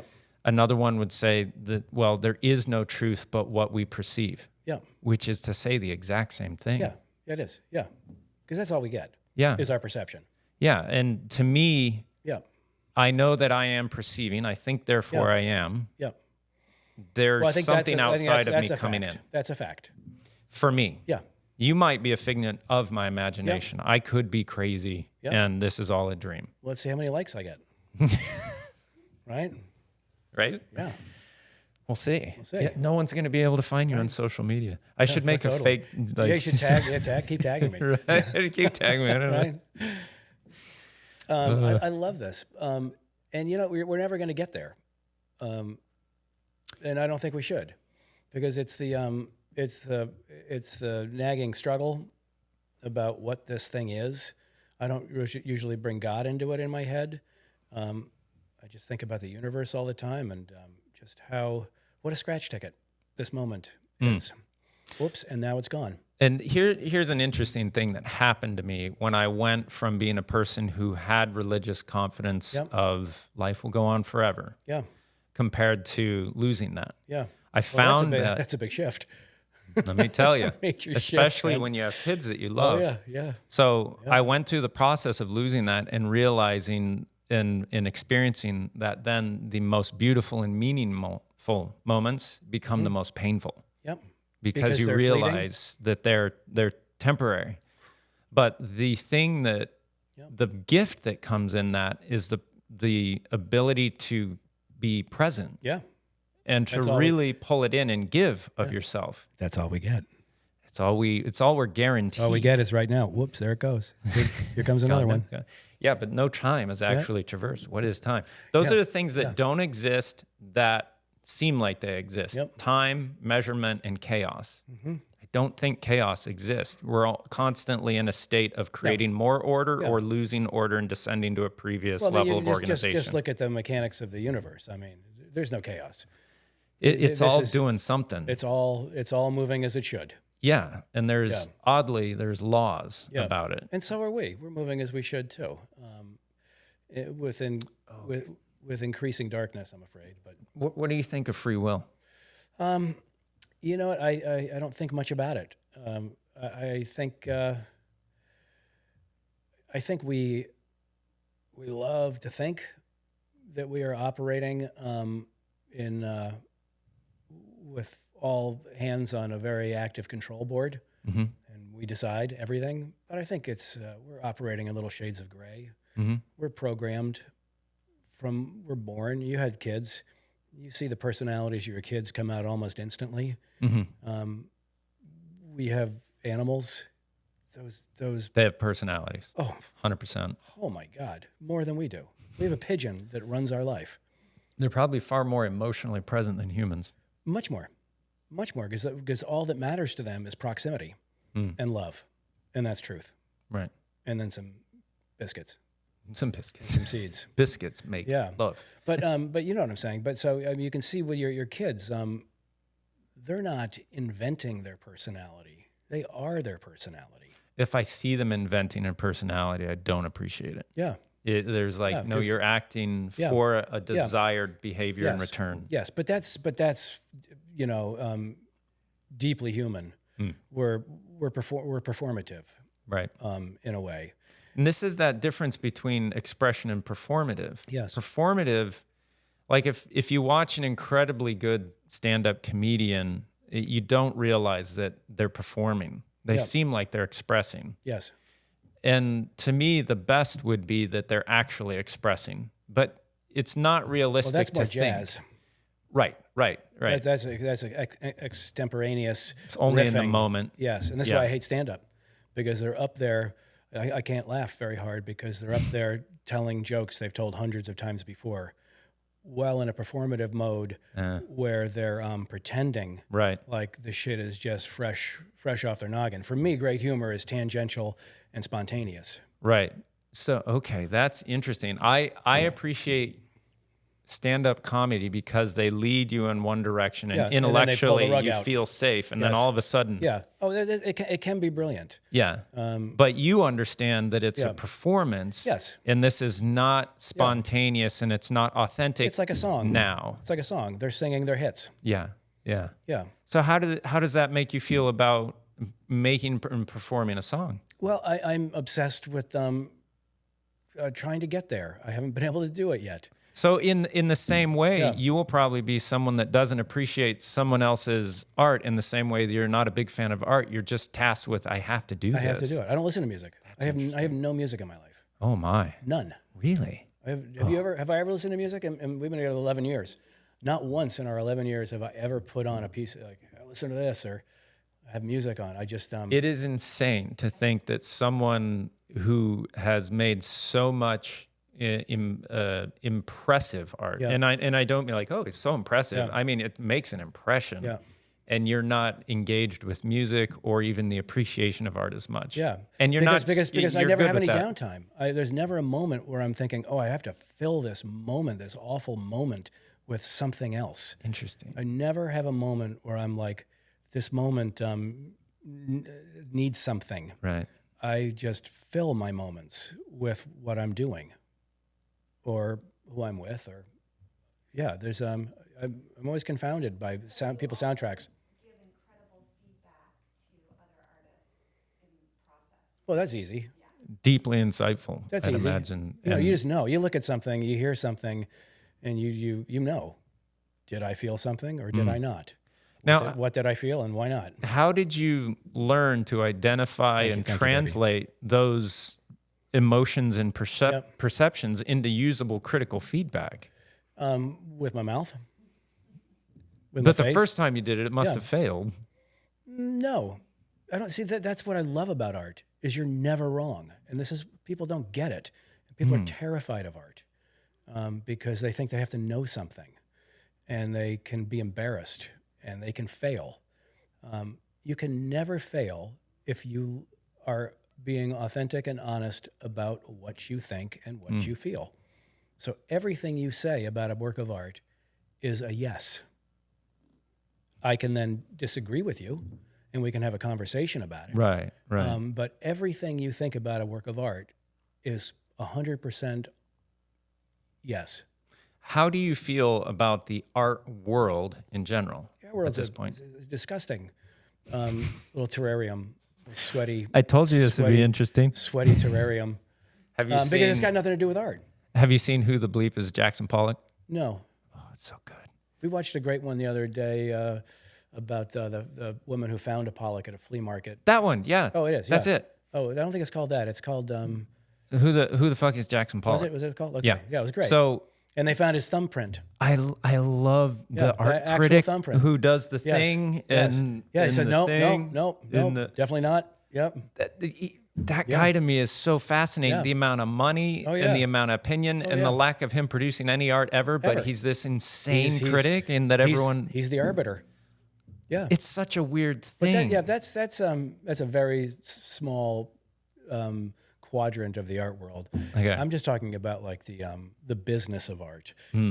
Because it's got nothing to do with art. It's got everything to do with money and fashion and So, how do you feel about what happens to your works of art? What is your connection to them, and how do you well, they're understand autonomous. its They're value? autonomous. That's what I love about it too. I spent 8 months making something back in the day, and it's what it is. And if it's well done, like all great art, everybody who goes to it will hopefully have the permission to experience it openly and see if they can feel or think something, and then they're right. But it'll always be different for different people, and if it's a really great work of art, it'll be different for you every time Right, you go back right. to it. It's transformed because you have. You're Now, both farther somewhere else. okay, let me see if I can get this question right. What was it? Is all art good? No. Why not? Oh, because a lot of it sucks. Okay, but why does it suck? Oh, because we can break that down into there's the technical, there's the aesthetic, there's the conceptual, and there's the what else is there? Maybe the emotional. I don't know. But as I say, there's four. But related against its purpose, expression, and creating an emotion. Things can be so badly made that they're terrible. Right. That's why I was good at what I did, because my things were really well made. That was one of my crutches I told you about. Right. So no one could say, "Oh, this person didn't care." Like, this is just dripping with a year of this. So you guy's didn't labor. duct tape a nail to the wall I didn't duct tape a nail to the wall, but the guy who duct taped a banana to the wall in 30 seconds. Emily believes, and she's probably right, that that's a great work of art. I think I love that, but I also totally understand how people are like, Sure. This is But then it goes back to my kid could do that. right. You know? I have do you know Heather Chantos at all? No. She was here in Maine for a bit. She's a really, as far as abstract painted art goes, she's got an incredible grasp on color and expression of form. I don't know how to describe it. Name again? Heather Chantos. She's in Europe somewhere now. She's classically ladled with the artistic bent. She can't stay in the same place for too long. But her intuitive use of color and shape, really incredible. But when my father-in-law comes into our house where I have one of her pieces up, it's always the comment. Makes him uncomfortable. I could do that. Yeah. What Yeah. But right by the stairs. Do you break out a little kiddie table for him and sit him down? Here's a thing. Yeah. Go for it. Go for it. But right next to the stairs, I have these in very gaudy, about this big gold framed, like you could have bought them on the street in Paris, of like touristy art. Yep. It's very kitschy, like right. Never says a thing about that. It's, Yeah. oh, this is nice, and that's fine. I get it. They're not big, Yep. But that idea of that, just she can't not stop creating. Yeah. And you can see it in the, like what you were saying earlier. I think she's just do. And you can see the expression in her art of the area that she's in, the colors and the aridness of it changes and everything else. It's super interesting. Well, great art is that intersection again between technique and emotion. And you can have you can ruin a piece of art with bad technique, but you can also have terrible technique, which is perfectly appropriate for whatever the concept is. Right. Emily loves this painter named Daniel Nava, and his stuff is Robert Nava, and his stuff is really simple and guttural, like Don Van Vliet, Captain Beefheart. He was my hero, and he was a musician. Captain Beefheart and the Magic Band made 10 albums, and then he became a painter for the last 20 years of his life. So you know his painting, but not his music. I know both of them. No, So you do play music. No, I don't. When I was a kid in college, Thought I had him. When I was a kid in college, I had a lunchbox full of cassette tapes. Oh, It was the nice. last time I had music in my life, and they were all Captain Beefheart or Mississippi Fred McDowell or someone like that. You would have been one of those kids that had like, have you checked out my retro jazz? And like here, Oh, yeah, I had to be. And the other kids were like, aren't you listening to Kiss? What's going on? No, we were in art school. Everybody was pretty avant-garde. But Captain Beefheart, Don Van Vliet, before he died and he made these paintings, they're really sort of sloppy and again, guttural, but they shake you. It's the perfect intersection between that lack of technical proficiency and this sort of stuttering emotional quality. And you just know when things sync up like that. So you don't have to, craft doesn't have to be this overriding factor. You can obliterate craft and have great art. Yeah. And that's why that banana was a sort of an The interesting two have to statement. be in relationship and balance for a purpose. They have to be entwined. Yeah. Yes. Yeah. Kind of like So truth you can have and you can relationship. have a technically beautiful thing, like these Estes, Robert Estes, what's his name? Who's that guy? He was a Maine photorealist, and Richard Estes.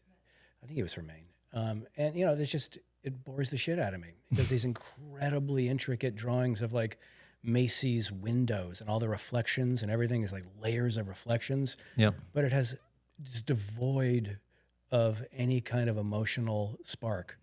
But it's technically mind blowing. You know? So how do you feel when you see, or I've heard some arguments recently coming from a more conservative perspective that art should be beautiful and represent reality, and that the other argument is like, no, it should be expressive and exploring and not need to be tied to any sense of reality at the all. answer for that obviously is yes.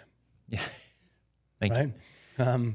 Now, see, art should never have to do anything, and that's Right. why art is not craft. right, Now you're talking about a client-based agenda, right. where you already told yourself what art has to be.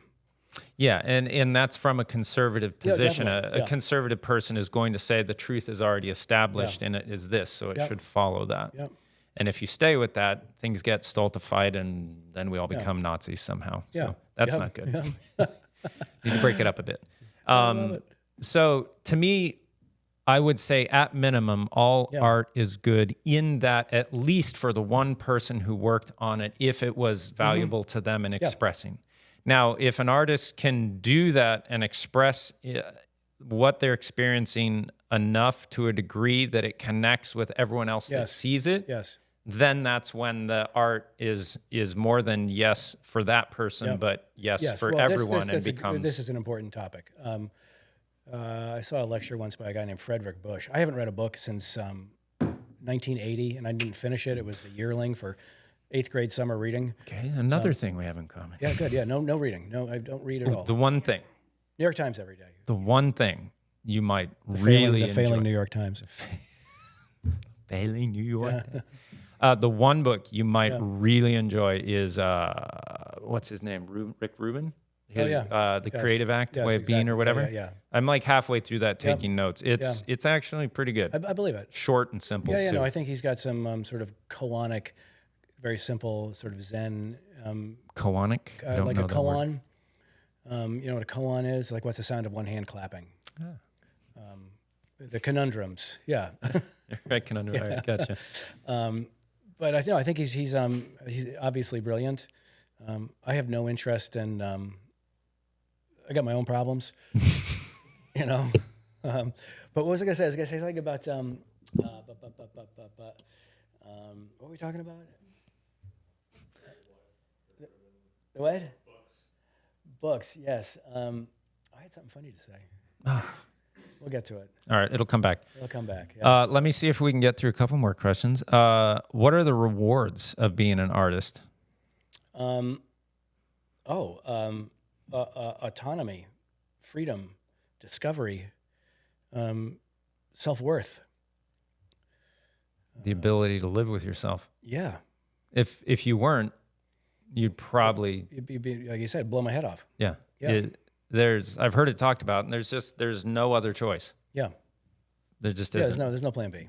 Yeah, and I never had the vision to something to express as an artist, but I had to work creatively at minimum. I knew that, and things had to be changing.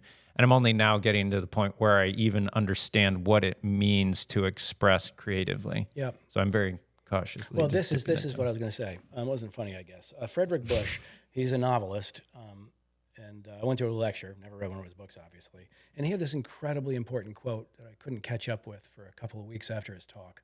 And he just said something so profound, and I live by it. Self-expressions for amateurs. Oh. And you were talking about, you try to do this thing as universal, indigenous to you, but universal to everybody else, and that's great art. And I think that's true.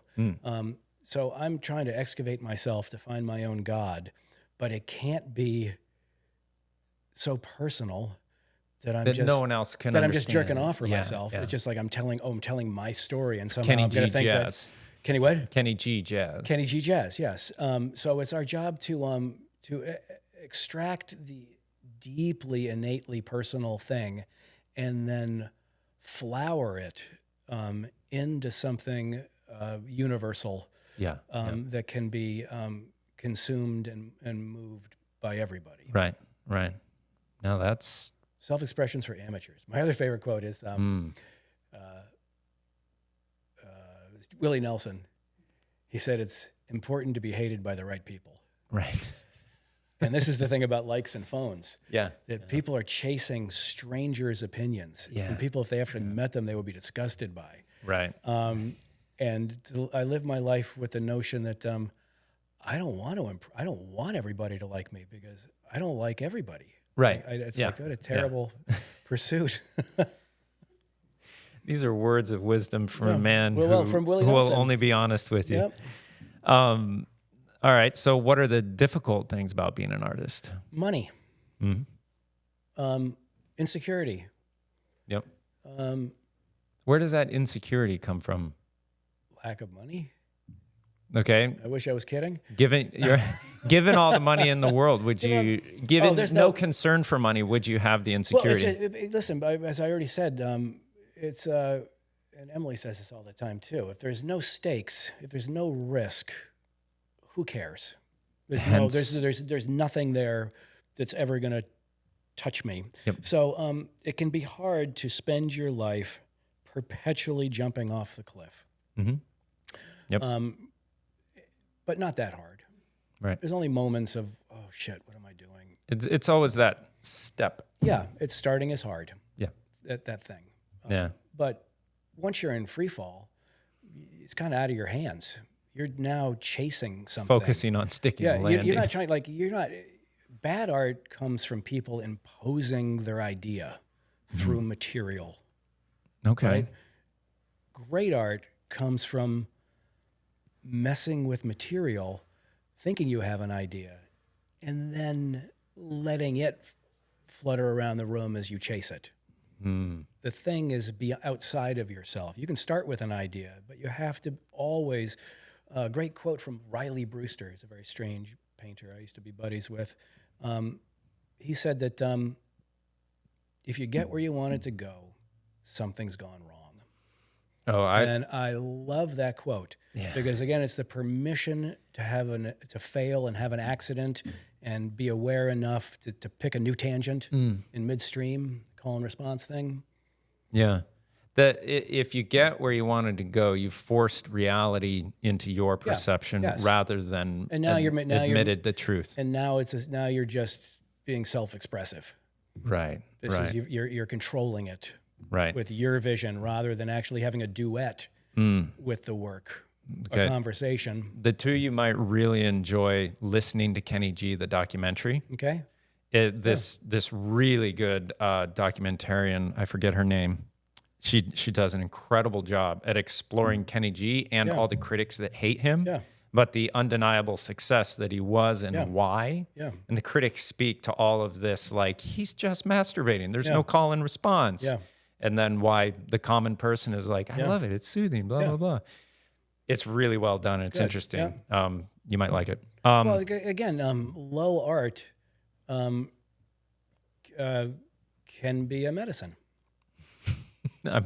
Right now I'm just trying to create some aspirin, basically. Yeah. Yeah. I got to get there and figure, all right, aspirin's working. Let's try maybe some Mm-hmm. penicillin here next. And But Kenny G, he needed to, once he did that, you just can't, when you work really hard to get somewhere and then you realize you can't stay there at all. You just have to immediately leave.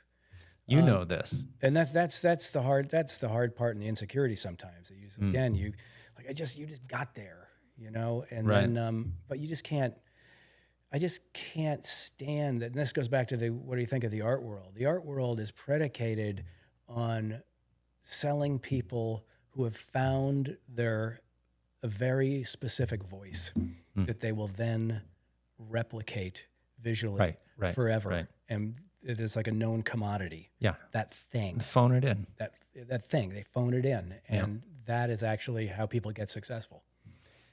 And that's why I started interjecting this stuff into my feed. And this is why properly Tim told me, like, do that somewhere else so we can maintain our income because employment is a good thing for us. It is. But it's sort of a catch-22. But if you really want to be successful, you have to do what you're doing. You have to keep experimenting. You have to keep jumping off the cliff. I just did a video because- on this morning Yep. before this because I have these 3 different little fun whore. cameras. Yep. No. I have these I thought I fun was special. cameras that Yep. like I bought them because they're limiting. Yeah. And Yes. then this one wasn't that, and I wanted a different experience. So I got this, and now I'm using this one to go out and experiment. Great art comes from limitations. And that's That was interesting. my nail. Yeah, right. And so initially I bought this camera that was a rangefinder camera with a fixed 35 lens on it, and I was used to using whatever lens I wanted. Yeah, sure. Yeah. So all of a sudden I'm like, I have to move, and I have to, and it engaged me in the creative act that I do far more. Tim, it's to called have growth. limitations. Yeah. He was just wanting it sprayed in the right area. Is all. He's looking. It's Friday. He wants his paycheck. Yeah. That's fair. I want to keep being able to make a Yes. living. And yeah, I totally agree with you that insecurity, if you gave an artist enough money, I don't know that it would be good. I mean, look at rock stars. Yeah. If they get too secure, like an old rock star, Can you imagine? no good. Can you imagine having a hit 40 years ago and going out and having to play it? Oh, It'd be like going out and making that. It'd be like it'd be like going and making that same painting. Oh yeah. You know, there's nothing more depressing than a nostalgia act. What if you become successcul at music? I always write new stuff. But I then will they're going to always want be- you to perform it. That's not my problem. So what do you do? No, but I'll only be getting better. Yeah. You know, I mean, there's people out there who like look at Neil Young, who's just constantly churning through new material. Right. And he has got 30 albums with lots of hits that everybody wants to hear. But he just is incapable of pandering to anybody but himself. It can be a good thing. It's great. That's the goal. The interesting thing to me about music is the combination of intellect and emotion within the same thing. Yes, and that's what I'm loving about it too. I'm like finally I'm writing songs that This have is where you can use feelings. words. This is where I can use words finally. Yeah. Yeah, no, it's fun. Okay. Let's see. What are the difficulty? Let's see. We got. What role does truth play in your process? I think we touched on that enough. Is all art Is good? this gonna be Touched on that. That's on the midterm too. Yeah. Yeah, that's on the midterm. Yeah. Where do you do your best thinking and why? Do it at home. Used to do it in the studio. Do you not keep a studio anymore? I still have it. Yep. It's kind of like Tut's tomb. But I'm going to make this solo album, and then I'm going to try to go back to work Really? because I owe it to Emily, and I owe it to myself to see if I still have some fire for the forge. And I'm tired of being broke. And I think once I start, maybe something amazing will happen. 5 years off, you know, you don't want, I think you do something so much, you're a fool not to stop. Because that's where you process things subliminally. Bertrand Russell said that if you have a problem you can't solve, think about it as hard as you can for 3 weeks, and then don't touch it for 3 months, and then go back and revisit it. And he said the work will be done. Right. Because you can't stop. Similar So to I'd be interested to go see for a run, what a take a nap. 5-year hiatus does after literally only stopping for a month, maybe every year for 35 years. So I'm going to get back in there. But good thinking happens when you're in a place of I wouldn't say comfort, but I would say solitude. solitude, low anxiety, Yeah. and security, but deep curiosity and enough energy to entertain it. Enough security that you are able and willing to make yourself insecure. Right.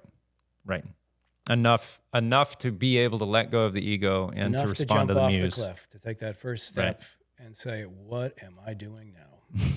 I'm going to figure it out in the free Figure fall. it out. Yep.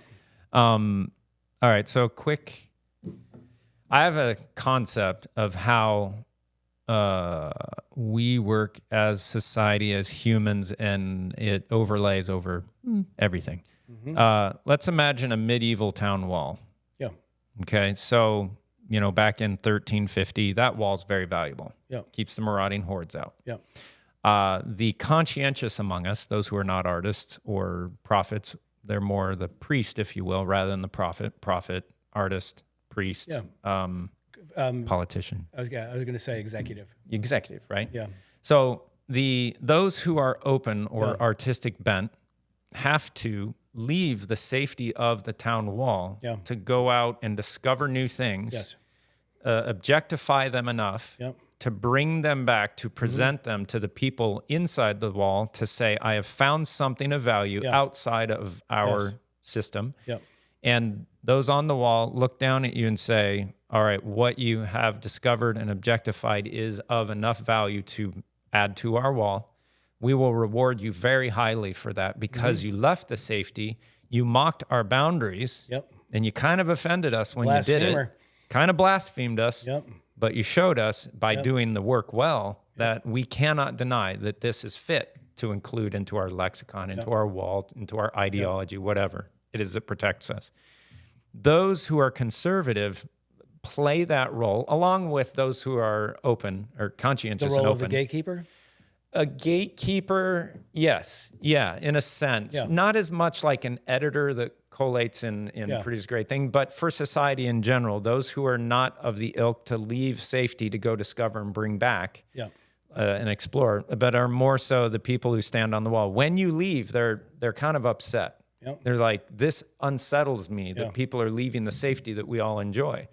But if you come back with, something of value, you're very, very highly rewarded. You and I have experienced that, and that's valuable. The thing that's hard for me is when the conservatives leave the safety of the wall, they do it to defend the wall, and they pay for it with their life, if they pay the ultimate price, which is an odd thing. It's a harder thing to make a living on the day-to-day as an artistic type. Yeah. You're not going to find satisfaction within the walls. You'll stultify and become bored. And as you leave it, you'll be shamed. Because you're creating risk to yourself, and you make those inside the wall feel like they're at risk because you can leave, and that's dangerous. But when you return successful, very, very highly rewarded. They put you on your shoulders. If you fail, they'll put your head on a spit. Because you've shunned their responsibility and boundaries. Are we talking about Biddeford? All society. Okay. Now the conservatives or conscientious, when they leave, they only leave to protect, in essence, Give right? me an example of that. A policeman Gotcha. enters into difficulty to protect the system that provides for us all.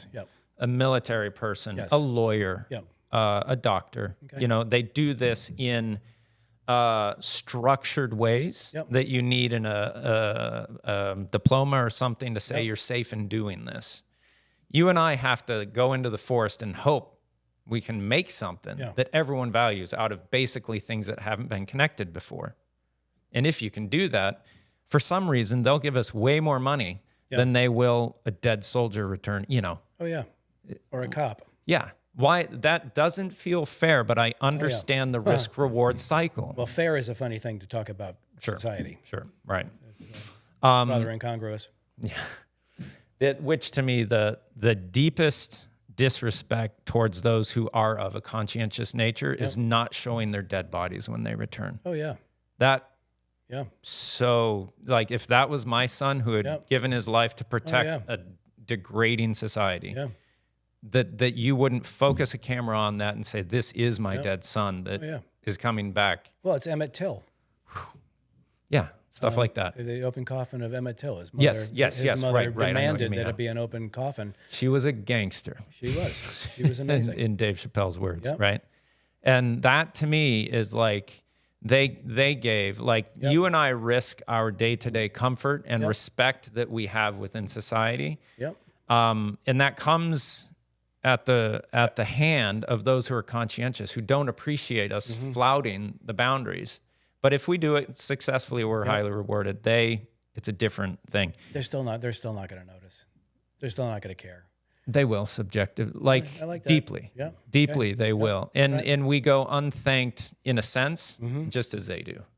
So it's a mutually respectful relationship that has to exist, that I find value in. And or at least I find comfort in knowing that the people that are so deeply confusing to me that I have a hard time understanding them, that I've come to understand them and I can value them. Even when I don't share their opinions, I understand why they hold them. Well, it's very generous. Yeah. Because if everyone were like me, it wouldn't be good. Yeah, or me. No, totally. Yeah, but we need sprinkles on the cake. We need the full range. Yes. And it's this moment of judgment that we're in, and trying to shame people. And this is the reason that Trump is so powerful, is because people have been made to feel shame, and feel other and outside the city walls. Yeah. And Trump is saying, "I get it. I'm here to save you. I'm here to protect you," and they believe it. It's not true. It's a dangerous savior complex to play with. Oh, it's awful. And I feel like you are a preacher. Well, I've grown up around a lot of you it. do. You said your dad was, but I feel like you got it in you. Really? Probably why you're doing this. I could not entertain, like, the actual work of what a minister preacher does is adult babysitting. Yeah. It's a rough one. Yeah. I could never do it. Well, I could be a theologian. Yeah. But not a. But this is why I'm not a religious guy, because you're feeding nursery rhymes to babies. I go for that. I can accept that. You started that analogy. Okay. Do you start with a clear vision or allow the process to evolve organically? We're going to round out with Tim's questions here. Yes. Yes. See? You have to start with enough to start with. You have to have enough to kind of get your inertia to take that step over the edge. You have to start with, convince yourself you have something. Fully understanding, again, if you get there, something's gone wrong. So you just need enough to start. And then, so I always start with something. Right. I got it. Right. But I've never heard that analogy before, but I like that. If you set out with a vision and you get there, something's gone wrong in the process of art. Yeah. That's really true. I like really that. True. Yeah. What drew you to the unconventional material of nails to use as your primary medium? Serendipitous. I found I was a potter. I went to Alfred University as a utilitarian potter, and got really bored really quickly about whether or not my handles chafed and my lips dripped. Right. And so I started making these horrendous, we call it the brown art. It was like these terrible assemblages. I was like looting old abandoned houses in Allegheny County and just taking little bits of shit that I found and like hot gluing them together into these terrible sculptures, thinking I was doing something exciting. And one day I went into a house without a roof on the second floor, and it was a bedroom, and right below the hole in the roof was a bed that had also sort of rotted out. And at the foot of the bed was a bucket of nails.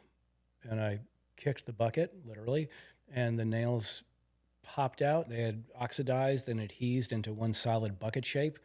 And I smoked a joint on the edge of that rotten bed, and I just stared at that rusted pile of nails, and I thought, that is so much better than any of the shit I'm making. And I just went out that afternoon and spent my last $25 on little half-inch brads. And I got some ferric nitrate to rust them. Yeah. And I started making I started putting them in wood and making little furry techniques, and that was the beginning, and it just never stopped. I've got this great image in my head that I want to make now of you on some like abandoned, no roof, gratty bed and a joint and a rusty bucket. It was amazing. Yeah. Bowden actually owns that piece. It's my first sculpture. Oh, really? My first real sculpture, yeah. Do you ever have like seller's remorse on your works of art? I hate selling stuff. Really? I make these things because I love them. It's always hard. It's always a compromise. Have you kept a lot of them? Or? Oh, yeah. I have a lot of them. I have a lot. I'm definitely a collector. Do you draw from personal experience, historical events, or other artists' work at all? With the nails, they were never, ever personal. They came out of the nail. So there was nothing I could have ever, there was never anything autobiographical so no, I didn't. And I never thought about other artists. It was just totally it was sealed in its own strange little bag of juices. Right. It just the one work led to the next work, which led to the next thing. What about with music? Songwriting is different because all I can do is pull on myself. That's all I've got. Go back to your masturbation Yeah, analogy. yeah. All I can do is tug one out at home. You got to get some bandmates. I do. Well, I got wonderful people who want to play with me. I do sometimes, and they'll play on this album. Yeah. But yeah, no, I love it. It's and again, it's when I write a good song, it is that intersection of this is like deeply autobiographical and completely open, right? It gets so personal that it actually explodes into the universal. How do you feel that with music there's a extremely innate reception of good or bad when it comes to tone and melody? Yeah, It's like pretty much everyone gets that. but that's the same as art. It's much harder to identify in art for the mass population. Oh yeah, well, that's because everybody's terrified of art. We already established that, Right, Because like I think they have to know something. I love it, but I still have a very hard time understanding it. You don't have, but you're coming at it wrong then. Okay. You're not trying to understand it. You're trying to experience it. Yeah. It's like a piece of music. Are you trying to understand a piece of music, or are you trying to experience a piece of music? Art is only like a piece of music. And no one gets music confused. No one can ever feel insecure when asked if they thought a song was good or not. They will immediately say, I loved it or it sucked. But you show anybody a piece of art and say, what'd you think? And they'll say, I didn't get it. Right. So like when I see your art and when I see Heather Chantos' art, I feel a visceral response. Yeah. Like undeniable. Like Who do you like more? they're different mediums. Different mediums, And I've never been inspired by sculpture except for yours. Okay. And like You're a good kid.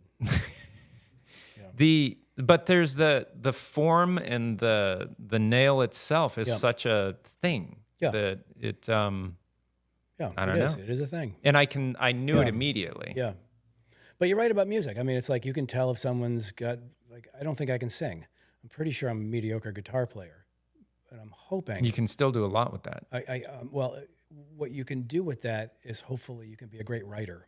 I'm never going to be a great guitar player. I'm never going to be a great singer. But hopefully I can be a great writer is my goal.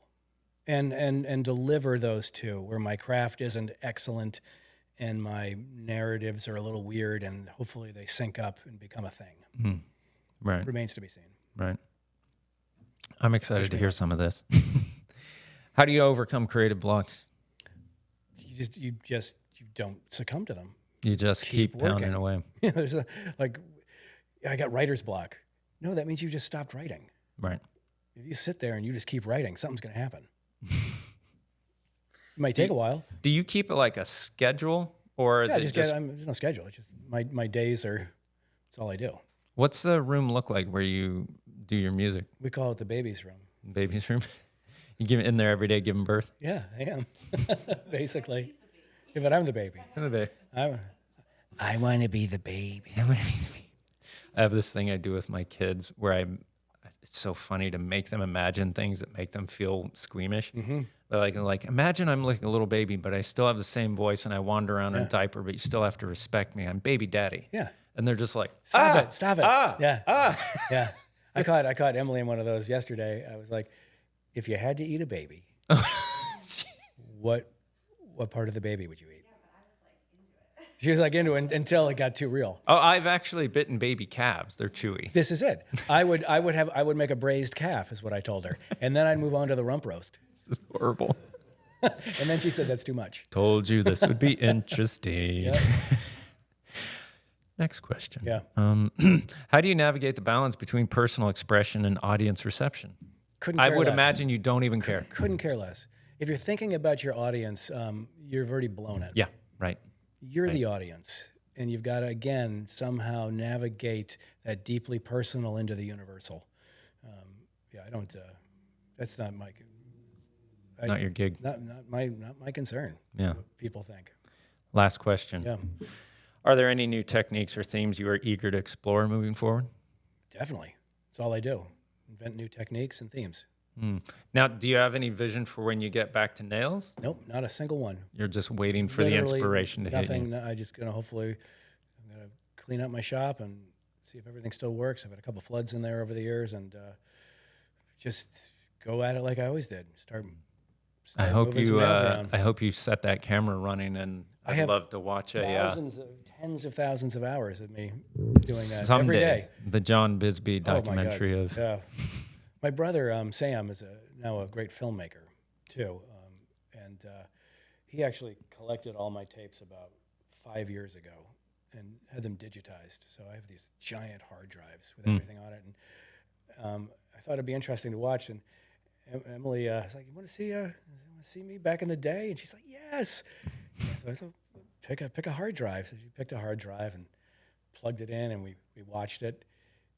We watched about 45 minutes, and she's never asked to see any more. It was like slow TV. Right. It was just like me welding, Right. or me laying on the floor canoodling with the dogs, or playing. What do they call like ASMR, where it's just like What's ASMR? It's this stuff where people will record kind of a non-human function. Like if I was setting up a campsite, Yeah. and they'll just do like tight on the hands of putting the stakes together, Yeah. but it's very clear sound. Gotcha. So it's the sound of doing a thing with yeah. minimal visual. Yeah. And I don't even know what ASMR stands for, Yeah. but it's like if you're like really well Is it like recording sort of the sound. fetishistic? Is it like the Yes. Japanese thing about Yes. like people eating? Yes. And, yeah. Like there's whole things. Like this one Japanese girl like gets loaves of bread and just smashes her face in them. Yeah. Yeah. And she makes a living doing this. Yeah. It's good work if you can find it. Social media is Yeah, a weird, social media. Yeah. weird thing these You days. should look at a piece by one of my favorite sculptors, H.C. Westerman, who was an outsider artist. And he made a incredible piece. It was this big, a little pine box, and it was simply called Box with Sounds of Its Own Making. And he just had a tape recorder in there, and it just plays the sounds of him making the box. And it's probably the birth of that whole movement. That's And this just is 1961, maybe it could be 59. beautiful. Right. Yeah. Well, due to humanitarian leaving. needs, I need to let I you gotta take a not leak too. stick here forever. Yep.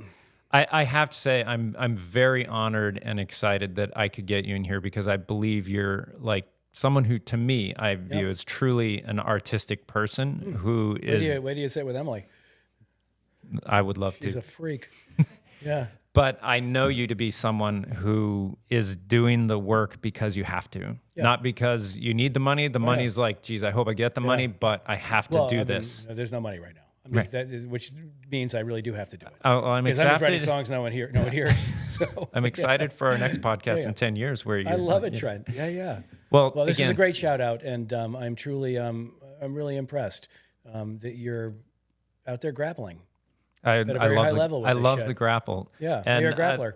I can't resist the narrative of the nursery rhymes and the preaching or the analogies, but it's what I came up through. So it's kind of like my nails in a sense. Yes, it's what I worked through, and it's been really fun to be able to pick an honest mind. Yep. So thank you. Smash that like button, guys, and go fuck Subscribe. yourselves.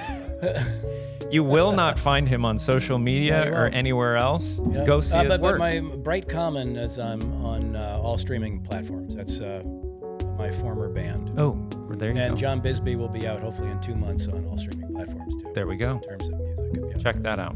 Yes. Awesome. Thank you Thanks, so Trent. much. Thank you, Tim. Thank you, Emily.